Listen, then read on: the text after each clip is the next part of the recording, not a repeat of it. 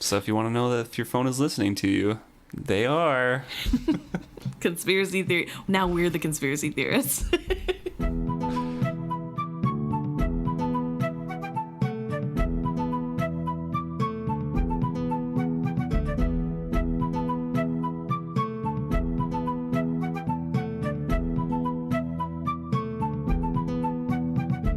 And welcome back to another episode of Is Fitz Happy? I'm Luke. And I'm Emma.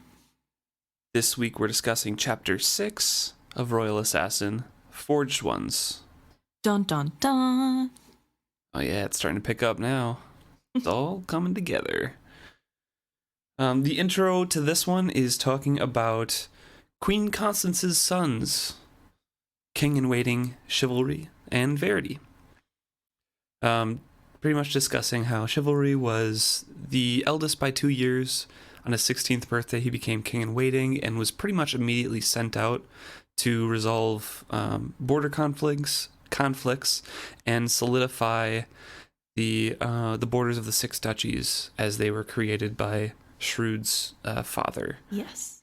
And then Verity was spending every single day since Chivalry was sent out asking, like, can I join my brother? Well, only once a month. Well, yeah, once a month formally. Always declined by Shrewd. For 6 years. For 6 years until Verity's 20th birthday, basically, or 20, when he was 20 and Chivalry was 22. Then he was allowed. And they continued like that for 4 more years until Chivalry abdicated. But during that time, people were speculating of, like, why that happened. And people were wondering, like, you know, was Chivalry sent out to protect him from Queen Desire's machinations and manipulations and things like that? Or did Queen Desire send him out to get him out of the way? And potentially put him in harm's way. Right, exactly. And there is some evidence for that second one because Shrewd kept denying Verity. But at the same time, like, I also understand a king's reasoning of, like, I want my sons to have different, you know, things that they do well. Right. I don't want both of them out. Also, Verity isn't King-in-Waiting, so he doesn't need as much protection. Right. Still needs a lot because he's next in line if something happens to King-in-Waiting, I would think. But what do I know? And it says that while they were gone for the whole, I don't know, what was it, 10 years that Chivalry was out campaigning, basically. He was gone from Buckkeep. Most of the time, yeah. Most of the time. He didn't spend more than a few months. Regal was being groomed by Queen Desire as much as possible. Right. So. Which does make me feel a little bit bad for Regal. I mean, I will give him sympathy in this, that he had 2 older brothers, one which was never around, and the other which only wanted to be with the other brother. Granted, I'm sure his mom at the same time is saying, you're better than them, don't play with them, or whatever she was saying. Right, yeah. So it wasn't just how it looked from his brothers not wanting to be around, but also his mom had a big influence in their relationship. And it's kind of sad because they probably could have gotten along in some ways. And we get a glimpse of what Regal could have been early on in this chapter. Yeah. From Fitz's view, at least. Anything else about those 2 brothers, how they ruled, and why he was sent away? What do you think? Well, I think it was Desire's doing, but maybe it was more of like Shrewd making Desire think it was her thought sort of thing.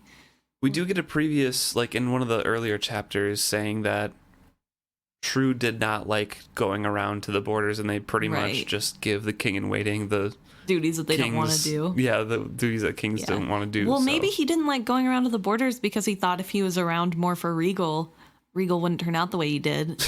But here we are, so that obviously didn't work. But I don't know. I don't know who did it. I think it's a mixture of both. I think Desire definitely used it to her advantage. So I could also see, Shrewd not liking going around and traveling for those border disputes because, one, he isn't a straightforward, warlike kind of guy. Right. And two, he would have been traveling while his younger sons were babies. Right. And maybe he felt like he missed out with his first marriage and first sons and wanted to be there for Regal. That's fair. I was also thinking maybe... Instead of thinking it from the, I need to counteract my new wife's True. He probably doesn't yet understand how bad it gets. But also, he's kind of old, I think, even now. Maybe not. Maybe he's in his 40s, which is not old. No, I think it's close. It's closer to 60. Okay, because I'm gonna I think he's older, and so maybe he doesn't want to be the one. Early 50s. He doesn't want to be the one going and clearing up border lines with all of the neighbors, because they won't be the one. He won't be the one dealing with them in the future, and so maybe the idea is get a young 16-year-old in there from the very beginning. And then his whole whenever he's officially king, his whole kingship will be dealing with people he's already met, and there won't be any arguments in the transition. Yeah, he'll already have an idea of. Yeah, it's great preparation. Yeah. But chivalry started out by resolving these with the sword at first, and then got better and better at diplomacy as he went on. He's a little hothead. Well, I think the situation was probably a little bit more tense, and he wasn't as good. Right. Well, he was 16, and I don't know very many 16-year-old boys who are good at de-escalating situations. 16-year-olds in general are kind of, for the most part, in general, bad at conflicts, hormones, and all that. Yeah. But I did want to point out, it does say that after Verity's 20th birthday, he and Chivalry went everywhere together. Chivalry was in charge of the people, and Verity was in charge of the details. But I do want to point out that they were not together when Fitz came around, as far as we know. Because Chivalry never came to see Fitz when Fitz was brought to Verity. At Moon's Eye? Yeah. So I thought that was a weird detail of they're never separate. They're always together on missions, except for the one where Fitz shows up. Well, Fitz, there's a line I'm trying to remember. Fitz is saying something like, he could have looked in on me while I was sleeping or something, but didn't stay around, basically. And we know that he talked to Rurisk when Fitz was brought around. So he was there because he was discussing the treaty with the Mountain Kingdom, and he was there because Moon's Eye is the keep or the fort right before the Mountain Kingdom, basically. Mm-hmm. So they were there together, and Chivalry was there because he discussed Fitz with Rurisk. Mm-hmm. But he just didn't stick around. I don't know, just weird. I just thought it was weird that there's so little mention of him. Yeah. And then it's here, they're never separate. So, but it is really sad that they had such a close bond, and then now he's dead. Yeah. So Fitz is coming back to Buckkeep from his trip to from Bearns, and he encounters. Well, he expresses some regret and says that he doesn't take pride in his work for the king, because Virago could have helped. Yeah, well, she was a very strong warrior and beautiful, and so it's a waste that she was disposed of. It's just another sentiment and a retelling of Fitz's feelings that he doesn't like being an assassin, or carrying out the king's justice. He just takes pride in being able to help the king, in the kingdom. And that's it, not the actual work that's being done. Mm-hmm. But he encounters Regal and Kettricken out on a horse ride in the country, round Buck. Yeah. As he's coming back to the keep. And he's describing their clothes here, and he describes Regal as... almost, he looked a man, I thought, astride the tall black horse that carried itself so well. He could be this if he chose, rather than the languid prince with always a glass of wine in hand and a lady besides him, another waste. Yeah. Well, I mean, it does describe him sounding pretty cute. His hair's dark and curly, but a little disheveled from riding, and his cheeks are red from the cold air. Mm-hmm. Riding cloak is billowing in the wind. Mm-hmm. He's got scarlet and gold with glossy black boots and black gloves. He's got a nice princely outfit going on. They looked like an illustration from one of Fedrin's best vellums. But I just like the idea that, like, he color coordinated his outfit with his horse. Well, yeah. He knows his horse's color. So extra. You just described Regal. True, but it's just every time he does something super extra, I have to laugh because why take the effort? But also it is why Regal. not? You're a prince. Like, right. I guess you have endless means. Why not? Also, do you think he selects his colors or has the tailors do it? Oh, no. He is all in that business. He can't let anybody do anything for him. It's not perfect unless he does it, I think. Yeah, but did Queen Desire pick all of his clothes growing up, and so he's like sticks to the same theme that she gave him, or is he like, does he have his own personality about this, you know? Like, that's a good question. I feel like she picked everything. Well, I'm sure she did, but I think she instilled in him, like, stay up with the trends. I don't think he's still wearing old-fashioned clothes from, like, 2 seasons ago. No. But you can still have the same, like, color scheme and theme and things. Right. You know? I don't know. I guess I've never noticed if he's described as wearing red a lot. I don't know either. Should have been looking out for it. I don't know. Maybe he does, like, I mean, you know what colors look good on you. He's in his late 20s, early 30s. He has to know. So I'm sure he sticks with a certain color scheme and that his mom probably picked for him. But I don't know. I think it's kind of funny. I think he's in his mid to late 20s. That's what I thought too, but just in case I was wrong. 10 years older than Fitz or something like that. I think he's like 26 maybe. Something like that. How old do we think Verity is right now? Like 35? I think younger than that, but he's older than 32? 30, I think. I'll have to do math. I know. Didn't think about it. Well, okay, so Verity was 24 when Fitz was 6. Yeah. So It's 10 been 10 years. So he's 34. He's 34. I was really close at 35. You were really close, yeah. That's really gross, though, that he's 34 and he's married to an 18-year-old. Don't like that. Ew. He doesn't really like that either. True. Good point. You know what? You're not wrong. And we'll get there. So then he is describing Kettricken. Excuse me, what is she wearing and who let her out like that?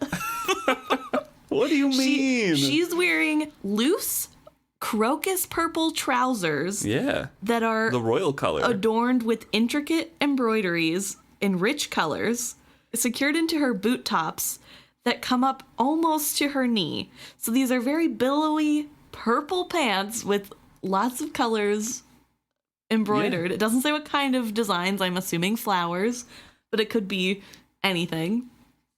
And then she's wearing a white short jacket that is made out of probably white winter fox fur that has a large collar that pops up. She pops her collar to shield her neck from the wind. Then she's wearing black gloves and a multicolored, colorful hat. Yeah. None of that matches. We don't know what color the boots are. I assume brown by this description. Hat matches the stitching, the embroidery on the pants. And I'm sure purple's a color in the hat as well. Sure. White and black, little contrast.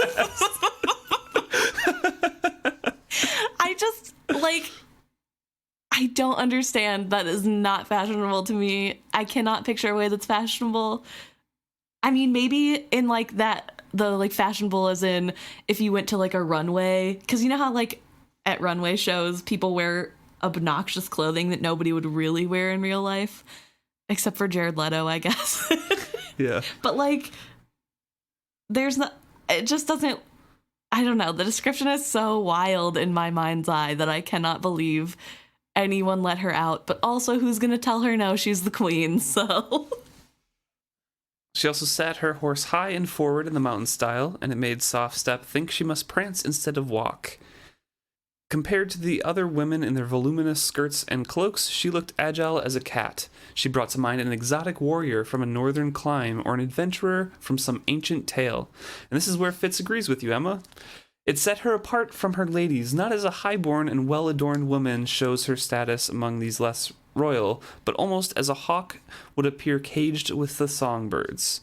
I was not sure she should show herself so to her subjects. So Fitz doesn't remark that it's ugly, and he is very straightforward with his fashion opinions. True. Also, though, he's a little enamored of Kettricken.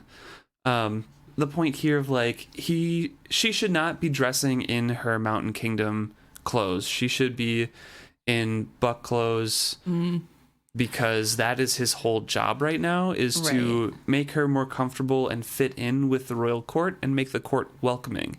Yeah. And setting yourself aside and reminding your subjects that you're a foreign person here and you're wearing trousers and riding your horse differently and all of these different things just set you aside and make you so different from the ladies around you that it's just going to be harder to fit in later.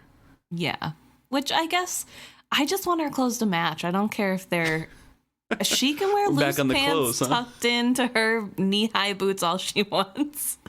I understand that his fear is like she's standing out too much, but my fear is that she just doesn't look good, you know?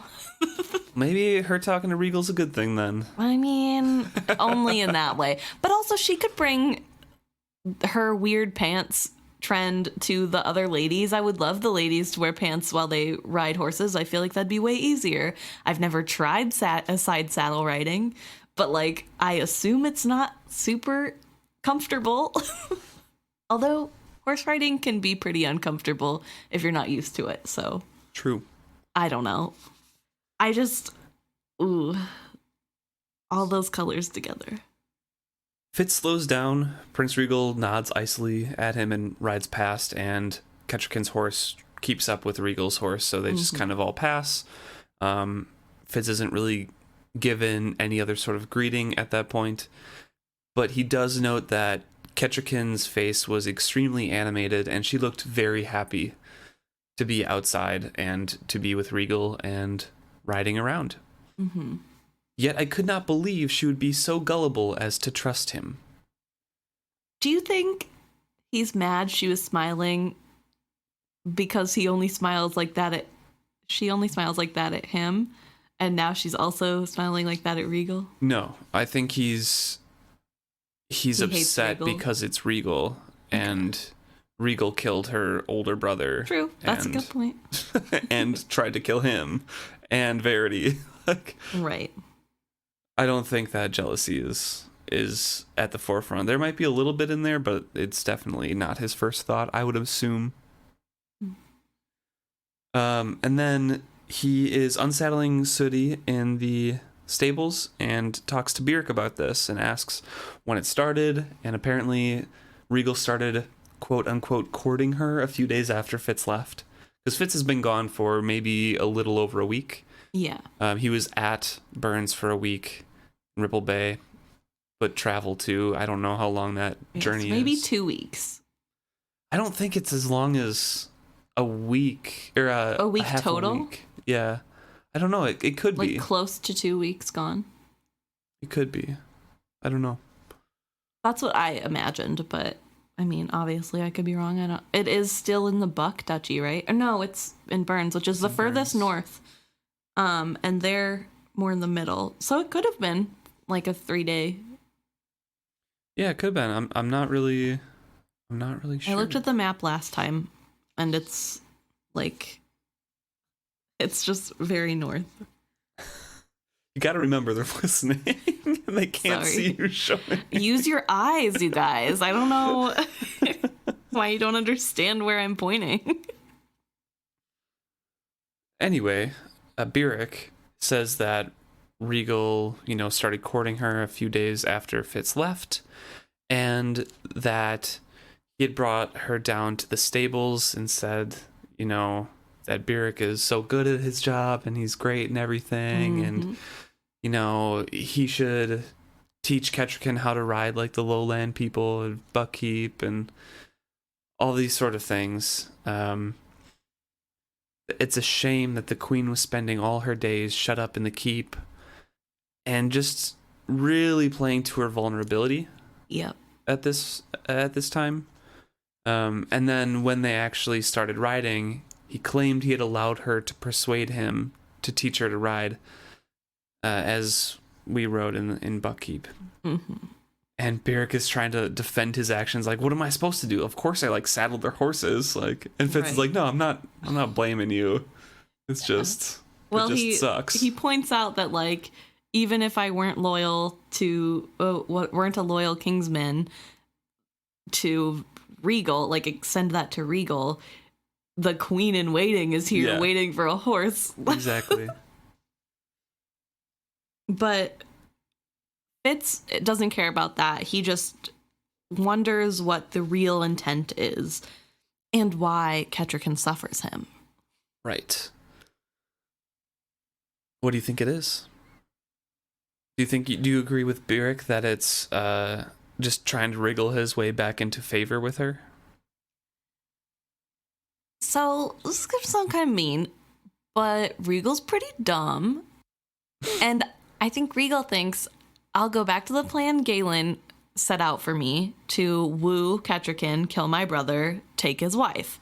And then I'll have all this power because he can't think of a better plan.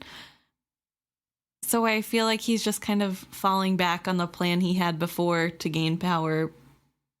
Is he dumb, though? Because it's working. I mean... A little bit. I don't love that it's working, if I'm being completely honest. But, I mean, he's dumb in a schemy way. He can be scummy. He knows how to work people. He's good at people. He and chivalry share that trait. They're just the opposite end of the spectrum of how to use that trait. And so I don't think because he's dumb in some ways that he is talentless. I think he is perfectly capable of doing whatever he sets his mind to. I just don't think he's capable of thinking up his own plans to overthrow the throne. And I don't think he has the white woman on his side, the white lady. Pale woman on his side. So he doesn't have anyone telling him what to do yet. So he's just going back to the old plan. But I don't know for sure. I mean, what do you think? I think he realized what Shade has realized, that having a queen in waiting on your side is very powerful. Being in their good graces can grant you a lot of things. And it opens up more opportunities for him. I agree that he is kind of falling back on the previous plan, but also he's just kind of sowing mistrust and making that rift wider between Kettricken and Verity at this point. Because we'll go over it later, but we do learn that Kettricken approaches Verity and asks, hey, I want to learn how, Buckkeep people ride horses and not the mountain way. Verity says, great, that's awesome. And even though he reads between the lines and knows she's asking him, he doesn't say that he's going to teach her. So Verity doesn't do anything, and Kettricken goes to Regal, who has probably insinuated that, hey, you should learn how to do this, and has offered up his intentions already, I can do this or whatever. So she goes back to him. It makes Verity seem more unwilling, and Verity more willing to spend time. Regal more willing. Makes Verity seem more unwilling to spend time with Kettricken, and Regal more willing to be open and spending time with Kettricken. So it just creates more of a rift. That's a good point. I don't know. I don't like it, whatever the reason. But from last chapter, remember I pointed out that I think Rosemary is still spying. Yes. Or spying right away, because Regal from Byrric's telling, says that it was quite a shame that the queen was spending all her days shut up in the keep. And that was one of the points of contention that Fitz and Kettricken had in that conversation last chapter, is that she was cooped up there and she kept saying, like, you know, I want to be out there, I want to be doing this, I want to be, you know, working on the ships and everything. Yeah. That was a very hot point in that conversation, and it got passed along, and Regal can then bring that inner knowledge of like, wow, it's such a shame you're just all alone. I can keep you company. You should learn more about our culture and how to ride. And that's fair. But I also wonder, though, I mean, seems like she's been telling this to all of her ladies every chance she gets, so... It seemed, from my impression, the embroidery things was like her being super quiet and like staring out the window and not touching it while the ladies like did theirs and made comments once in a while. I guess she just way too comfortably complained to Fitz, I guess. So, true. But she does know Fitz better. So maybe she just didn't feel comfortable complaining to a bunch of women she didn't know. And then her friend comes over and she's like, oh my gosh, please. I mean, it is obviously an open secret that she doesn't like being inside and stuff. Yeah. Because Byrric even says, it is no secret that she pines in the castle. Oh, she is fair spoken to all, but there's too much honesty in her for her to make others believe she is happy when she is not. I don't know. Yeah. But I do think that Rosemary is repeating conversations. Yeah, right you away. Could be right. So Fitz gets a skill summons from Verity. Mm-hmm. And immediately has to kind of like leave off from that conversation from Byrric and walk up to the castle. Like a dog does when his master whistles. Mm-hmm. Another animal metaphor here. Or simile, excuse me. And he goes straight to the map room because he knows where he's going. He doesn't stop at the fires. He doesn't stop to change his clothes because he was skill summoned. He has to go. Feels a little bit like Ella Enchanted, where she has to follow every command. She like does it to the T of what you're asking. That's what this feels like to me. As a way of greeting, Verity says, "You block too well. I have been trying to get you to hurry for the past 3 days, and when you do, you finally know... Excuse me. I have been trying to get you to hurry for the past 3 days, and when do you finally know you are skilled? When you are standing in my own stables. I tell you, Fitz, we must find time to teach you some sort of control over your skill." But I knew even as he spoke that there would never be that time. Too many other things demanded his attention. As always, he immediately plunged into his concern. "Forged ones," he said. Mm-hmm. Fitz immediately is struck by like, are they raiding? Like even in the dead of winter? Yeah. Well, that would be the concern. Right. Because, you know, they were raiding earlier in the season, even when it was still cold and they thought they won it, so... And Verity is quick to disabuse him of that notion that no, we're safe for now from the raids, but the forged ones are still an issue, and we're getting reports of forged ones attacking people in groups, not just one or two, but in groups.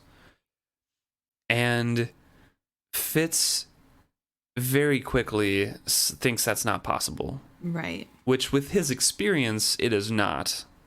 Right. Well, he's literally fought groups of them. Right. And they fight each other. There's no community. There's no sense of oneness or even coordination. Yeah. They're too self-centered and they see everyone else as an enemy. Right. So Fitz is very quick to say, like, no, that's not possible. And even in his mind, he's like, with the wit, like, I can't sense them. Their sense of all of their humanity is taken away. They can't connect with one another, basically. So, Verity takes his response and like, okay, sure, but even like wolves or, you know, whatever animals that they are, they attack as a pack, right? Like, couldn't this work?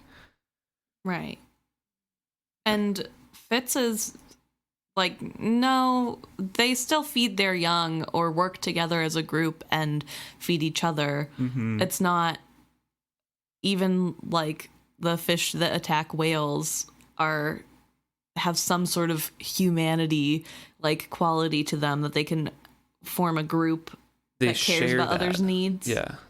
And I think Verity is getting frustrated with him in this. And you do? He's, well, not like mad, just a little like irked, because it's like, okay, kids, stop arguing with me.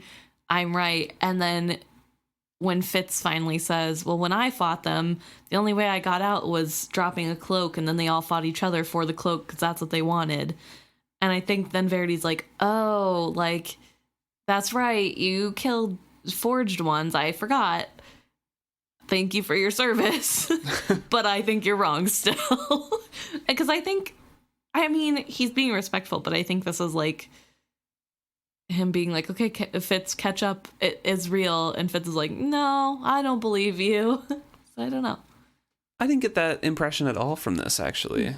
Because, I mean, the way he's described, it's a short line here. Verity only nodded thoughtfully. I think you're right in that Verity thinks he has, like, this could be a reason why they're doing this. Because he wants to put some, you know, some driving force behind their actions that he knows of. But honestly, he did forget about Fitz, but it's not like, hey, quit arguing. It's like, we're having a conversation about this and how this could be brought about and if it's actually true or not. Right. I don't think he's annoyed with Fitz at all in this, though. Weird. I don't know. I mean, there's nothing to back up in the text why I feel the way that I do. I just have always read it as Verity's like, okay, kid, like, you're wrong, but sure, I'll let you go on your tangent. Maybe because I know Fitz is wrong and I'm impatient with him. So I just assume that Verity is too. I don't know. Because Fitz gets so stuck in things sometimes, or it can't be different than the thing that he thinks, because that's what he knows for a fact. He can't, like, conceptualize ideas that are different from the fact that he specifically knows. Mm-hmm. It's very odd.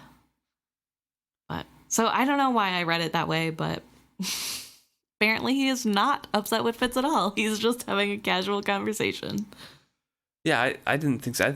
Thought they were just having a discussion about the possibilities of them being grouped together, or why they would do that or anything. And since Verity had forgotten that he had fought him, he was just going off like conceptual knowledge to conceptual knowledge, not experience versus conceptual knowledge. Right. That's fair. I guess when I saw like the Verity had sympathy in his eyes, I was like, oh, so he was like being harsh before, and now he's like, oh, that's right. So no, I think the sympathy is from the depth of feeling that he is feeling, that Fitz is feeling in the previous paragraph, because he's remembering the first time he had killed and the night that Smithy died. So he's like trying to keep his voice secure. And we know that Verity is always in the skill. He's always like connected to the people around him and can kind of read Fitz's mind. That's fair. So when it says, I fought to keep my voice steady as the memory of that night rose up in me. Smithy had died that night, and I had first killed. I feel like when Fitz masters himself and looks up, Verity can tell he's going through some stuff. Fair. Or remembering something.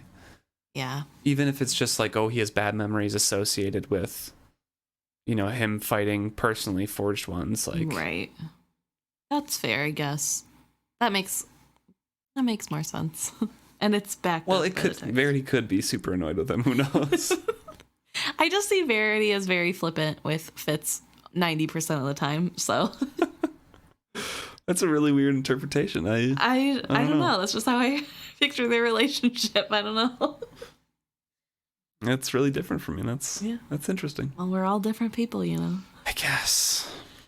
But he does say, I had forgotten that you had some experience fighting them. Forgive me. I don't dismiss it. There's just so much besieging me lately. His voice dwindled away, and he seemed to be listening to something far away. Do you think he's still peeking into Kettricken's date with Regal? Maybe. He could be. I think it's skill for sure. Mm-hmm. But I think it might be pulling him in a lot of different directions, but that could definitely be one of the things drawing him.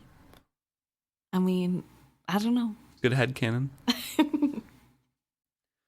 But he points to a map and tries to get Fitz's opinion on the locations of these raids and what's happening, and draw him to the same conclusions that Verity came to. Right. And Fitz moves next to him, and this is where I'm reminded, like, yeah, that sympathy line is probably Verity being much more aware of Fitz's emotions, because he's already skilled to him and directed them there, because it says, the strength of the skill radiated from him. I wondered if he strove to hold it in check, if it always threatened to spill out of him and spread his consciousness over the whole kingdom. The map, Fitz, he recalled me, and I wondered how much he knew of my thoughts. That's fair. I feel like maybe I just am not interpreting it that way because I don't see the skill as sharing feelings. That's more wit in my mind. And so I forget that you can tell what someone, you don't feel it the same way a wit person would feel it, but you can, what they're thinking, kind of. Yeah, and I'm sure you can know what they're feeling too. You just don't also feel it at the same time, it seems, from my interpretation. And so I didn't think about the skill in any way affecting his sympathy for that reason, I think. Well, if he was connected with a skill that closely to Fitz, he's not necessarily going through every single memory that's brought up that Fitz knows, but you could get the general probably feel of those memories, and in conjunction with Fitz's actual physical reaction of trying to keep your voice steady, right, and like knowing that's what Fitz is trying to do because you're in his head, like you can kind of insinuate that, oh yeah, that's some fair. things are bad here. But Verity is very overworked in the skill sense. Yes. He's still skilling out constantly, even in the winter, because skill is still radiating out of him. Yeah. At this point, like. Well, he's probably pretty addicted. Oh yeah, yeah. It feels good or whatever. So I'm sure it's just a horrible habit now. And if he were to have lived, I think he would have struggled with that the rest of his life. Oh, 100%. I don't think he would have been fully. No, he'd probably be taking elf bark tea. Oh yeah. I don't know. Yeah, it's not good. No. But he points out the bits of red wax along this map of the 6 duchies that Verity himself has drawn out. Which Fitz does mention that this map is beautifully intricate. There are lesser known roads written on this map, and it's by someone who has sailed and ridden on these paths themselves, and it just shows the love and care that Verity has towards the kingdom. Yeah, shallows and tide flats, as well as inland landmarks and the lesser roads. Like, so very detailed. Yes. A lot of knowledge went into this, and you can tell that Verity spent 4 years traveling around the country. And, like, actually doing something. Yeah. That was his job. No, but it seems like something that he enjoys doing. Yeah. He's a little detail person. That's in the intro blurb that was mentioned as well, that's what Verity did. He drew the maps that delineated the borders that Chivalry helped create and solidify, and he was the map boy. So he enjoys doing it. That's his escape. And Verity kind of points out at these little red wax blobs on this map and says, there's 7 different incidents, and some are as close as within a day's ride of Buckkeep. Where would the Forged Ones be coming from? Because there's no raids near these incidents. They could have been driven away from their homes initially, but why would they come to Buckkeep? Right. And Fitz proposes that maybe they could be desperate people posing as Forged Ones, and taking advantage of the situation. But also, Verity says, like, the descriptions match of these different Forged Ones. Right. So it's like 3 groups. So it still could be desperate people, but it's the same desperate people, and that makes it a little bit more suspicious. And why would they come to Buckkeep if they were actual bandits? Right, because then they're way more likely to get caught. Yeah. And why would Forged Ones come to Buckkeep? Like, also a good question. That's the huge question that Verity does not know. And Fitz asks, "It does not seem like forged ones. Do you suspect a conspiracy of some kind?" Verity snorted bitterly. "Of course. When do I not suspect conspiracies anymore? But for this, at least, I think I can look further afield than Buckkeep to find the source." He halted abruptly, as if hearing how bluntly he had spoken. "Yeah, I don't think this one's Regal, but, oh wait, I shouldn't say that out loud." He has his little tinfoil hat on. But it does go to show that he is looking into things that could be going wrong at Buckkeep still. Right. And that could be a hint that although he gave all that power to Regal a few chapters ago, he doesn't trust Regal to do it. And so he's following the threads. He's still making keeping tabs. Yeah. Seeing what he's saying to the nobles. And that's a lot. Yeah. It would be, well, to be fair, he did almost die. So he was like literally almost murdered by his brother, who I'm sure he has never particularly liked, but I don't think he probably hated him up until this point. It's still a family member. Like, he probably didn't realize Regal was that serious and would go to those lengths to get to the throne. Yeah. And so now he probably is questioning every little thing that happens, because if he could have overlooked that much, because Galen was really close to killing him and he didn't even know that was going to happen. If Fitz wouldn't have pushed through, he would have died. Yep. And I'm sure that does something to your brain when you realize, hey, I was trusting all these people and they almost killed me. Mm-hmm. I'm sure that does not help. Verity's under a ton of stress right now. Also, your kingdom's under attack and you have a new bride. Yep. And your father prefers your younger brother who almost killed you. Yep. Knowing, most likely, that he tried to kill you. Yeah. And just accepted an apology for it. Oh, Shrewd, I hate you so much right now. But we do know the reason that the Forged Ones are converging on Buckkeep. Later, it's insinuated that the skill draws them. Mm-hmm. And also, I think in Tawny Man, the Pale Woman admits to like giving the Forged Ones that directive to seek out the Fool and Fitz to kill them, or Verity. Yeah. I can't remember who of them. It's weird that she has the ability to make them do that, because they don't seem to care about anything. Keble Rawbread has the skill. That's fair. But you can't skill people that are forged. Don't they man. I was going to say, don't they remember like very shortly before they were forged? But I think they just had like short-term memory of after they were forged. I don't know. I don't know if you can get through to them somehow, but I know. I'm just curious how it would work with the parameters that we know to be true. Who knows? I mean, Fitz is so fleeting in how he can use his abilities that we don't know. And I don't know if Verity has tried or that's fair. Said that it can't work it's or not whatever. Like the most pressing issue. Right. I mean, it's pretty pressing, but not like I'm going to waste skill power on it pressing. So. Right. It would probably make them pretty impossible to find in the skill. That's fair. But if they were in front of you, I have no idea. Maybe he could. I don't know. Or maybe they partially did it, made them, had that skill command in them, and then finished or something. That could be part of it. I don't know. Yeah. Interesting.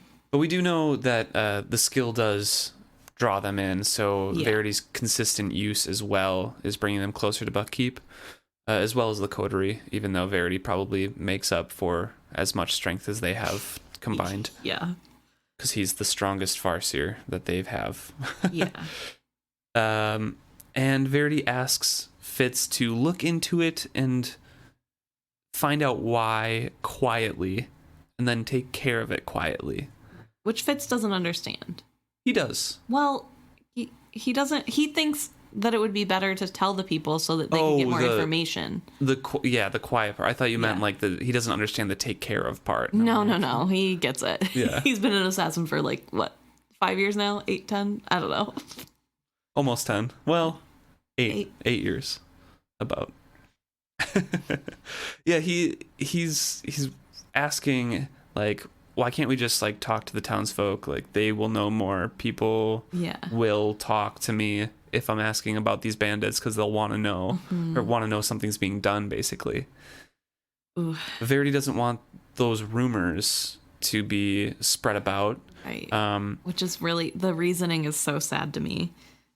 And he says, I'm the only one who's put together a pattern of this. I don't want people finding out that they are raiding and they are coming closer to Buckkeep. I do not want Buckkeep itself up in arms, complaining that the king cannot even protect his capital city. No, quietly, Fitz, quietly. Which is, it's good reasoning, honestly. But it's sad to me because that means he's aware of all of the horrible rumors people are already talking about. Oh, yeah. Him. He's connected with all of his people. Yeah, he's skills hearing straight from the lips of his people who he is protecting, even though they don't understand. These people are awful. The king is the worst, and he's bad at his job, and Verity's awful and doesn't do anything, and he's lazy. And that has to not feel good. You think comments on social media are bad if somebody doesn't like that person? Imagine going into that person's home and hearing them talk about you directly, without the filter of posting it. Yeah.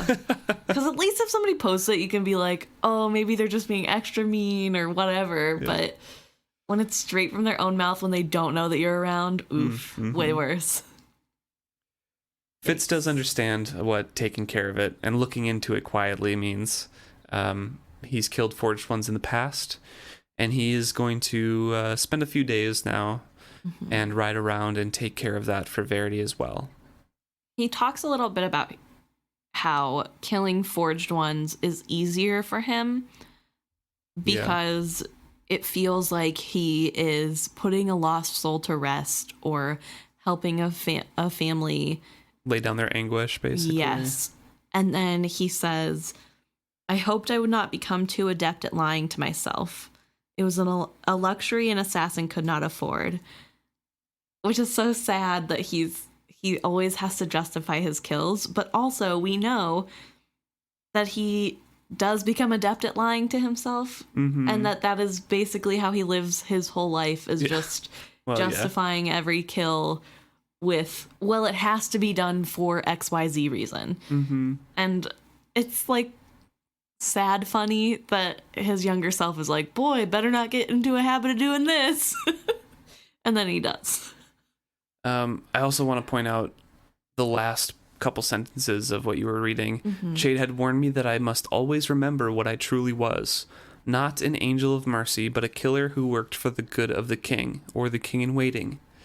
It was my duty to keep the throne secure.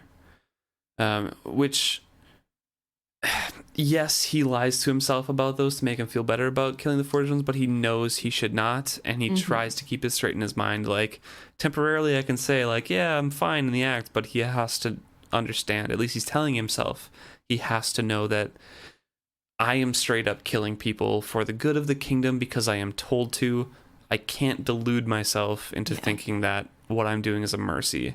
And I'm sure Jade has gone through this whole situation in his mind where he might have gone through a phase where he did delude himself into thinking that. Maybe it was before his accident or something. Yeah. Where he's like, oh, this is, I'm putting down something that's really bad and it's, I'm fine. Maybe he took too much relish in starting those things. And Jade's just trying to pass along the warning. Right. Well, I'm sure at some point you realize that the person you murdered probably wasn't that bad of a person. They just disagreed politically. Yeah. And it would be politically advantageous for this person to die. Pretty sure Jade told 8-year-old Fitz that. Yeah, exactly. But I'm just saying that, like, it's pretty hard to keep telling yourself, what I'm doing is good, these people are all bad, when you, like, know as much as Jade does. Yeah. So, and he assumes Fitz will someday learn as much about the inner workings of people in the palace, so. And he repeats that my duty line, and in line with keeping the throne secure, he brings up Kettricken and Regal. and mentions that he saw them out riding, and Verity bitterly responds, "They make a handsome pair, do they not? And does she sit her horse well?" "Aye, but in the mountain style still. She came to me, saying she wished to learn to ride our tall lowland horses better. I commended the idea. I did not know she would choose Regal as a riding master." Verity leaned over his map, studying detail that was not there. This feels like she was like, "Hey, I think it'd be cool if I could learn how to ride the way you do when you're on missions." And he's like, "Oh, that sounds great. I'll have a saddle made for you." And she goes, I sure would love somebody to teach me. That's a great idea. Yeah, that sounds great. And then she's like, "Okay." And then she went with Regal because Regal offered or something. And he's like, "How dare she go to Regal instead of me?" And it's like, well, she basically asked. I don't know. He also, in his mind, knows that's what he did. Right. He's studying the map for detail that's not there. It's obviously an uncomfortable conversation for him. And Fitz speaks thoughtlessly to the man, not the prince. "Perhaps she hoped you would teach her." "Perhaps," he sighed suddenly. "Oh, I know she did. Kettricken is lonely sometimes. Often. She should have been married to a younger son, to a man with time on his hands, or to a king whose kingdom was not on the verge of war and disaster. I do not do her justice, Fitz. I know this, but she is so young. Sometimes. And when she is not being so young, she is being so fanatically patriotic.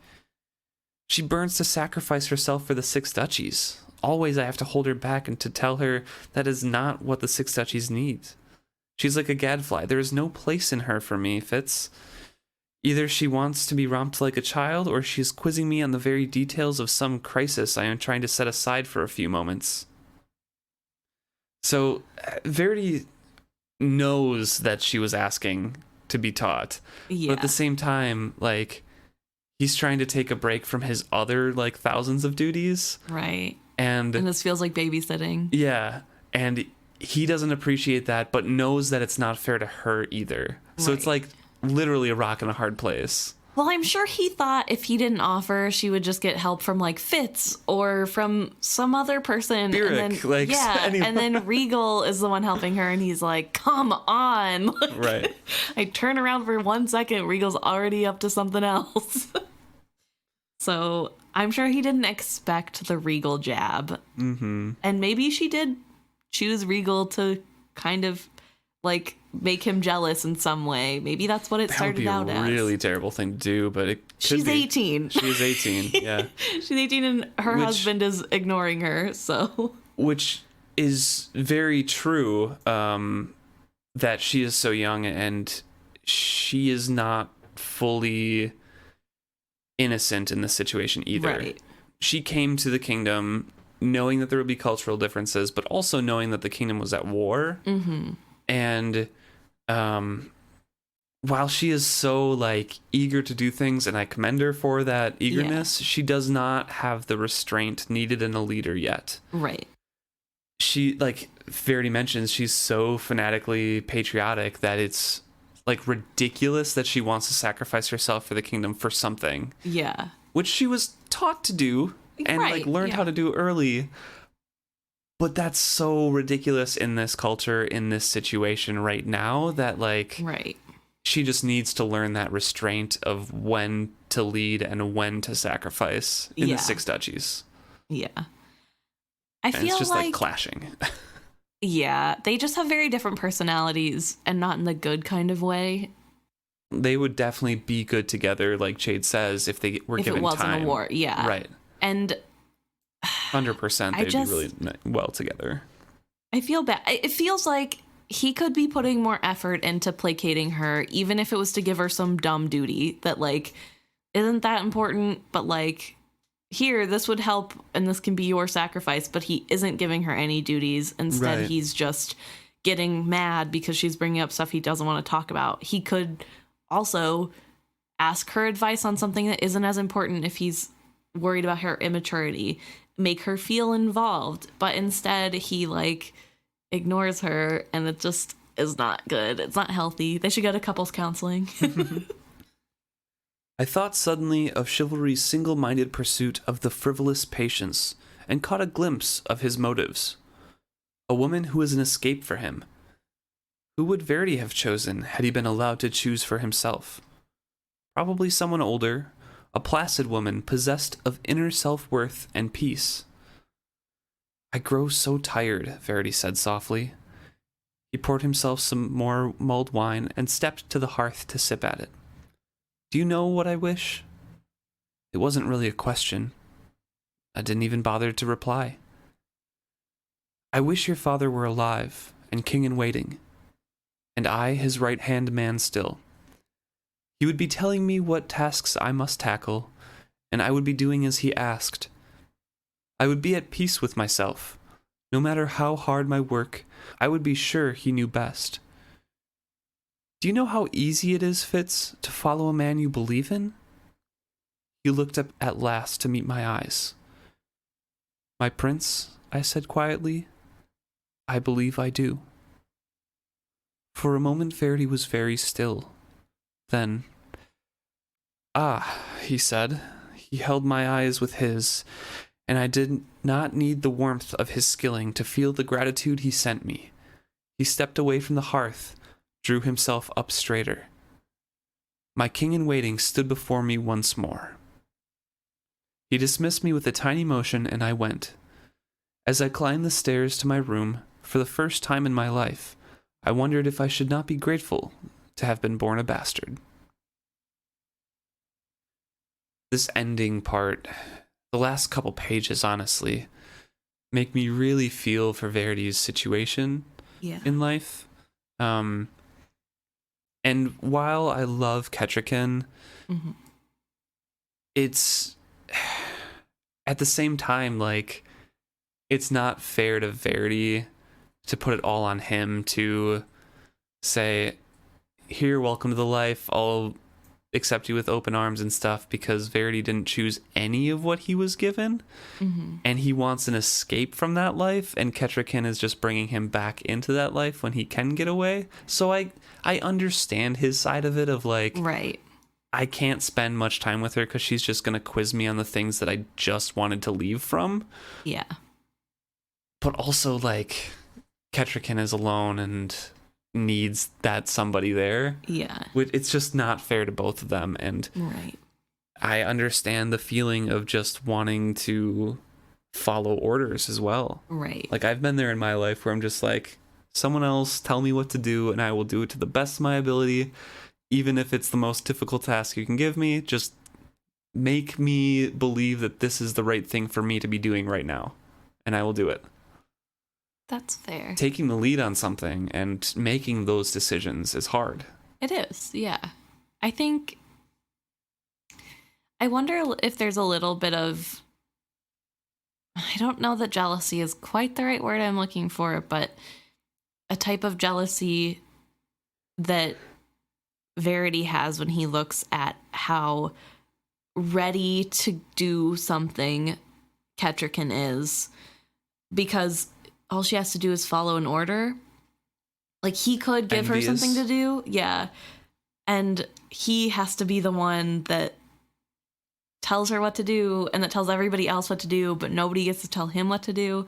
So maybe he's a little envious of that in her, that she could do something and she would be really good, but she doesn't have the, like, sense of self yet to know what that is without asking. Right. And I don't think that he's the kind of person who does either, really. No, yeah, he's not. He was groomed to be the right-hand man, basically. Yeah. And he probably is having a really hard time considering his dad openly thinks that his other son would be a better king.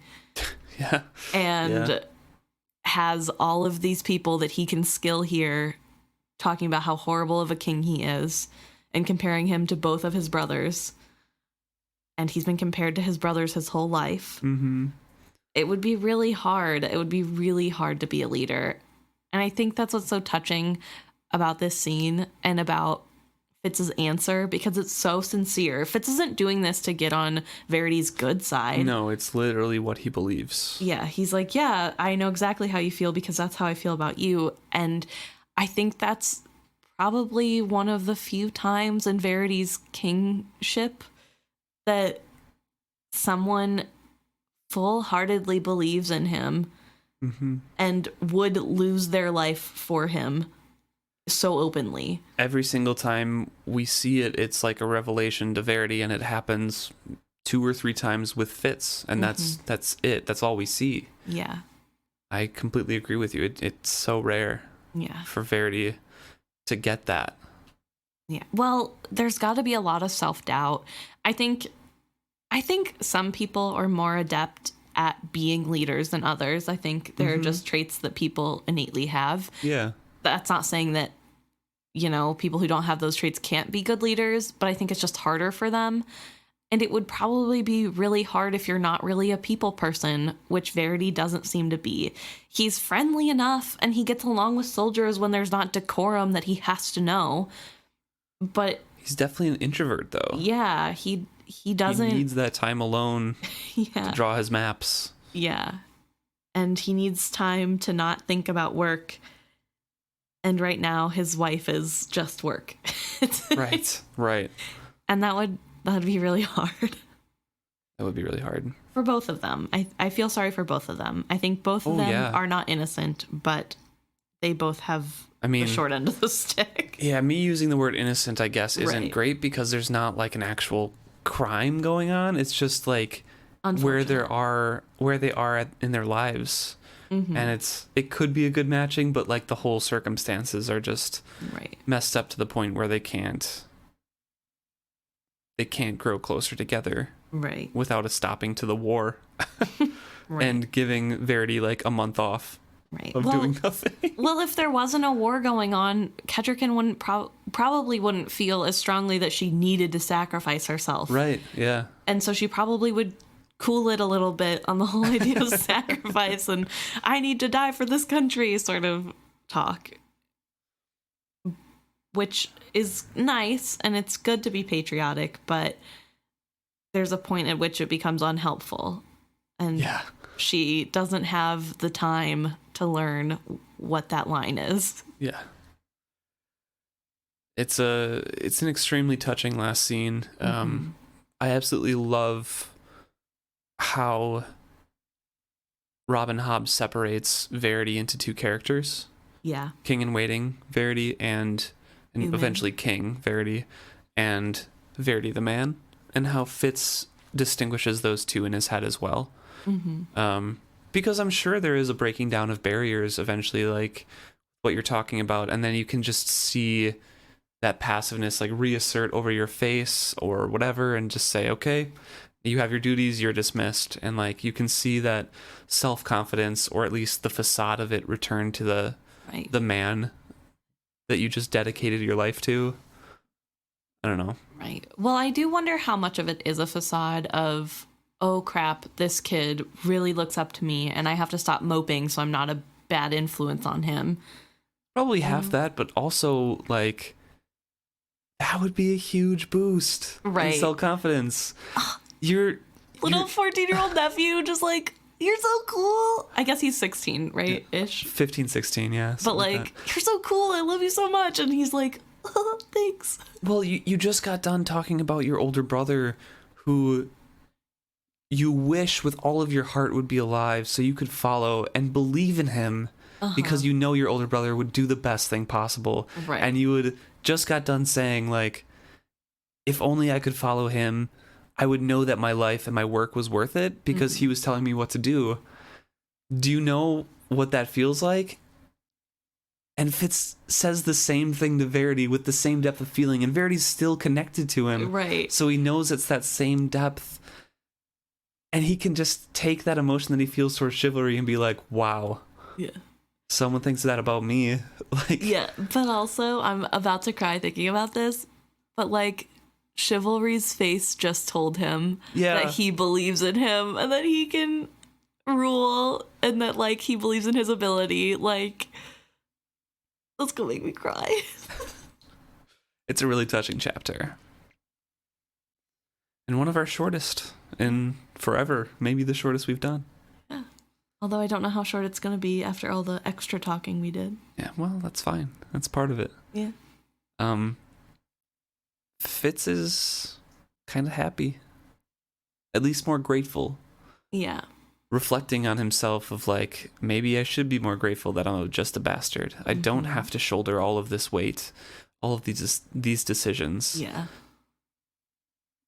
I mean, obviously he's still not content right. with what he is. Which is very fair. Yeah. I mean, being a royal sounds like a royal pain. Once an episode. We give you one. You gotta get one in, you know? Give all the dads out there a good chuckle. Come on, Emma, it's 2020. Women can enjoy puns too. Yeah, you're right. How could I forget? Yeah, so I don't know. I really like this chapter just because of the little glimpse we get into Verity. I love Verity. Like, Verity's one of my favorite characters, as I've mentioned before. And seeing the humanity and how deep his character actually is with the relatively few glimpses we have at him is really nice.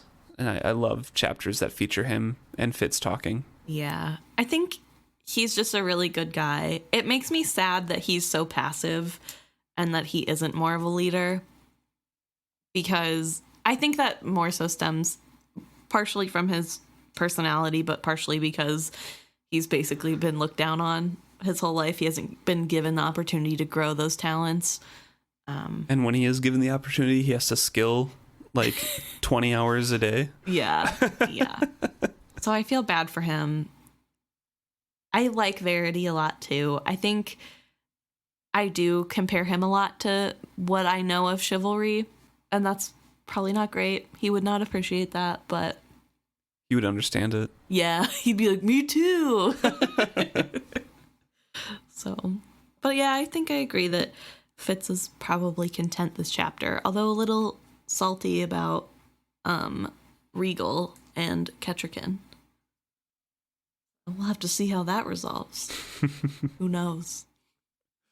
Wait and find out. Thank you so much for tuning in to this week's episode. If you have anything to say about Verity's character or what Regal is up to, please let us know by emailing us at isfitzhappy@gmail.com or comment on any of our social media posts at isfitzhappy.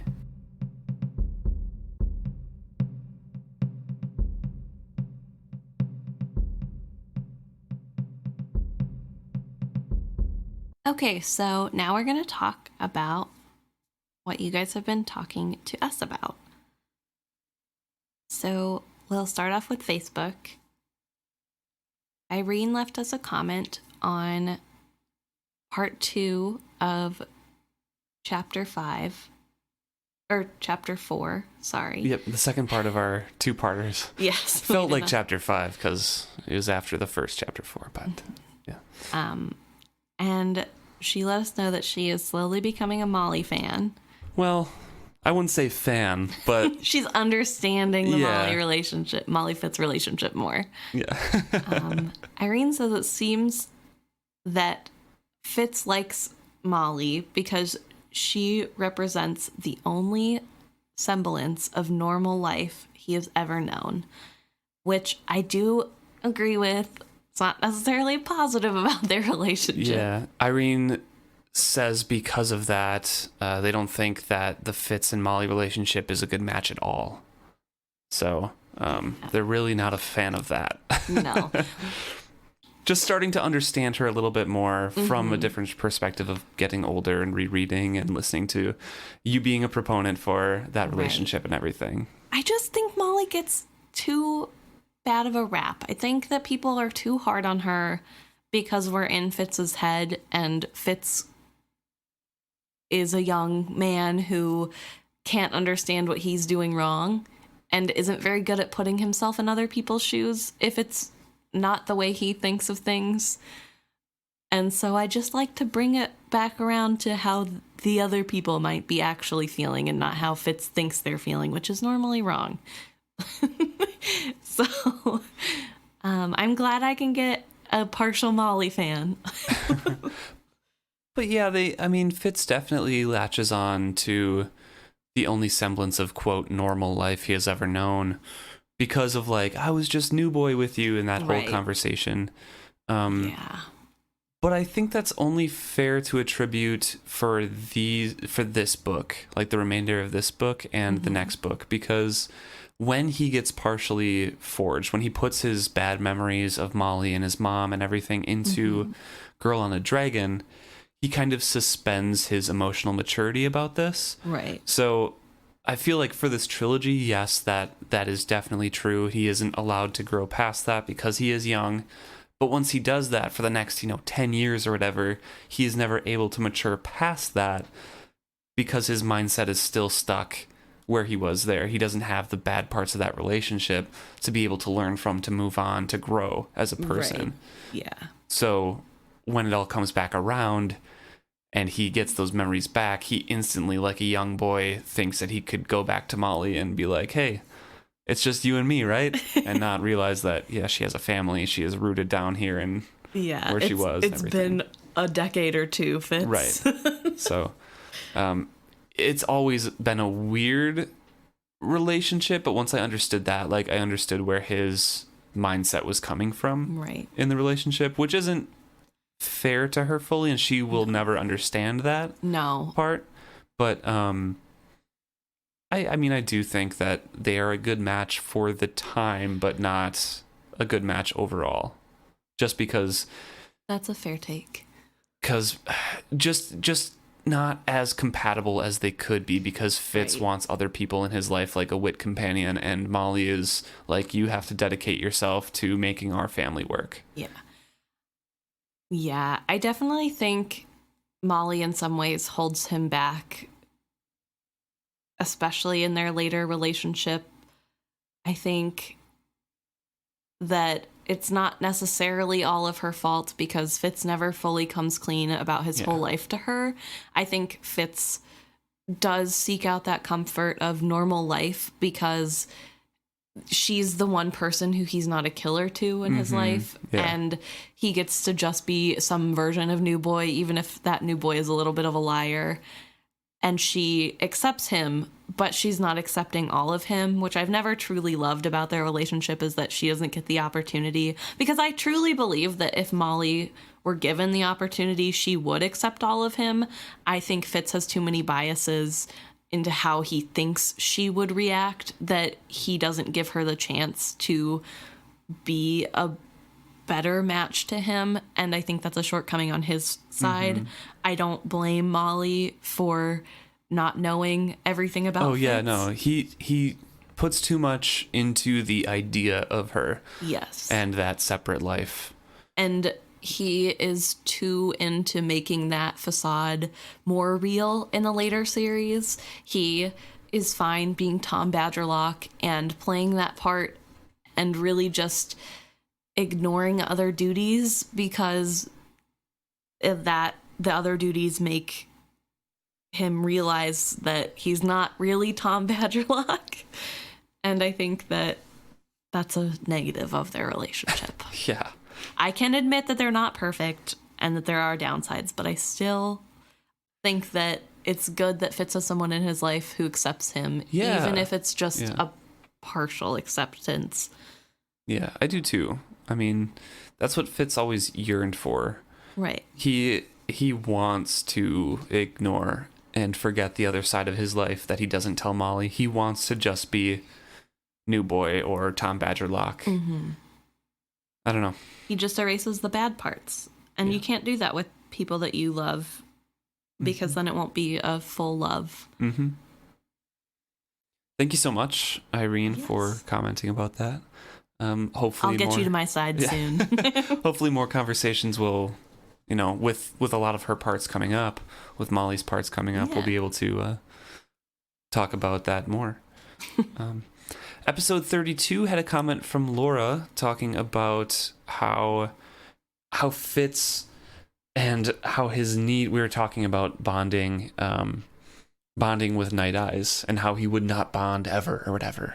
This was from last episode, last chapter 5. And I had asked the question on social media, why do you think Fitz continuously chooses to find wit partners even though it puts in jeopardy his friendship and relationship in general with Burek. And Laura is talking here about how it's completely natural to him to bond to someone. So not bonding with a partner is like trying to stop yourself from breathing. And to Laura, the parts where Burek was shunning Fitz were some of the worst parts of the book for them. Yeah, so I agree. Those are some of the hardest conversations in there because Burek and Fitz's relationship is so tumultuous, and Fitz just wants to be friends with Burek. Yeah. And Burek just wants to be friends with Fitz, but like that one topic gets in the way sometimes. A very fundamental difference. I kind of agree, but I don't think it's as natural as breathing for him. I think it's just his intense loneliness trying to find a connection in anyone around him. And when he finds a willing connection, it's usually a younger animal who isn't fully capable of saying like, no, I don't want a human a part of my life forever. Right. I mean, they need each other eventually. Like Night Eyes and Fitz are perfect for one another. And great. Fitz never takes another wit partner, so. True. It's not a knowledgeable manipulation of relationships or anything like that. It's just so lonely that he reaches out and has to bond to anything that will latch back. Yeah.